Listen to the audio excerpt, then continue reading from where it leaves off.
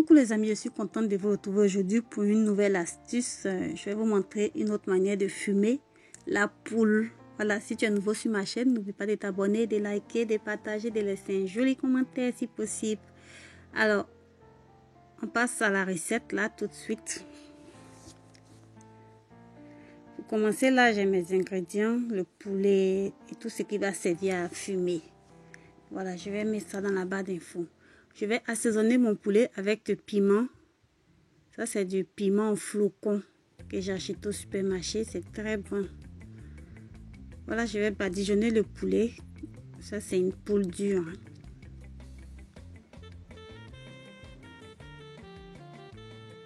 Utiliser un gant pour le faire. J'avais pas de gants, donc j'ai utilisé la main parce que le piment après ça pique. Je vais mettre dans le ventre de la poule des feuilles d'oignon et des tranches de gingembre. Ajouter un peu de sel, un peu de poivre et vous laissez mariner un minimum 30 minutes à plus, dépend de vous. Après avoir laissé mariner, je vais pré-cuire mon poulet avec un cuisseur vapeur. Vous pouvez le faire dans un couscoussier aussi. Le but c'est de le cuire à la vapeur.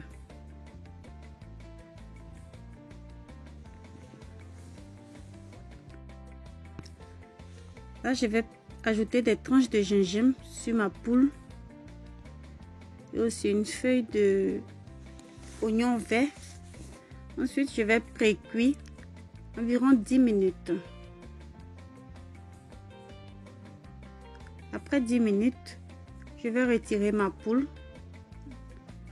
Je vais l'ouvrir pour que je puisse, lorsqu'on fume, ça soit bien sec. Quand c'est ouvert, c'est mieux. Parce que quand c'est fermé, ça peut retenir de l'eau à l'intérieur. Parce que le poulet est vraiment très tendre. Donc là, j'aurais dû ouvrir par le ventre. Je me suis trompée. Ouvrir par le ventre donne un meilleur rendu. Là, j'ai un poulet en crapaudine, mais c'est pas bien grave, on va faire avec. Maintenant, je vais passer à la deuxième étape de badigeonnement de mon poulet. Là, je mets une cuillère à soupe de miel et une cuillère à soupe de sauce de soja noir. Ensuite, une cuillère à soupe de sauce de huître. Voilà. Vous pouvez mettre seulement le soja et le miel. La sauce de huître, c'est pas vraiment nécessaire. Là maintenant, je vais badigeonner mon poulet avec tout et laisser reposer un peu 10 minutes.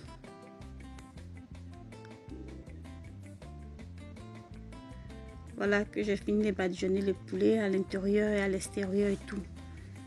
Je vais mettre ça de côté et ensuite préparer ma grille pour pouvoir chauffer, pour pouvoir fumer mon poisson. Ça, c'est du riz marron, du sucre roux, des herbes de thé vert en herbe, des feuilles de laurier avec la branche, c'est des feuilles de laurier fraîches. Vous pouvez prendre des feuilles secs si vous n'avez pas le frais. Voilà, c'est pour créer mon combustible, la fumée. Je vais rajouter 4 sachets de thé noir. Voilà. Ensuite, un peu de sucre blanc parce que mon sucre roux n'était pas assez. Le sucre roux coûte cher, donc je préfère mixer. Voilà, je vais poser mon poulet par-dessus et ensuite fermer avec du papier alu pour vraiment étouffer le poulet. C'est la fumée là. L'odeur de la fumée là va prévenir de ça. Il faut que ce soit bien étouffé. Comme ça, le poulet va sentir un peu la fumée là. Vous voyez, non? Donc là maintenant, je vais mettre ça sur ma plaque d'abord pour provoquer la fumée un premier temps. Vous voyez, la fumée a commencé à s'échapper. J'ai déposé seulement 2 minutes, 1 minute je crois. Une fois que la fumée commence à s'échapper, maintenant je mets ça dans le four sur option grille à 200 degrés. Voilà, après 40 minutes, je ressors mon poulet. Je vais maintenant retirer le papier alu puisque le poulet a pris maintenant le côté fumé. Et là, je l'ai rentré sans le papier alu. Je l'ai fumé pendant 30 minutes encore supplémentaire. Et voilà le résultat. Vous voyez, là, c'est le résultat. Après 30 minutes sans papier alu. Et il est dans la sauce. Il se retrouve dans la sauce graine.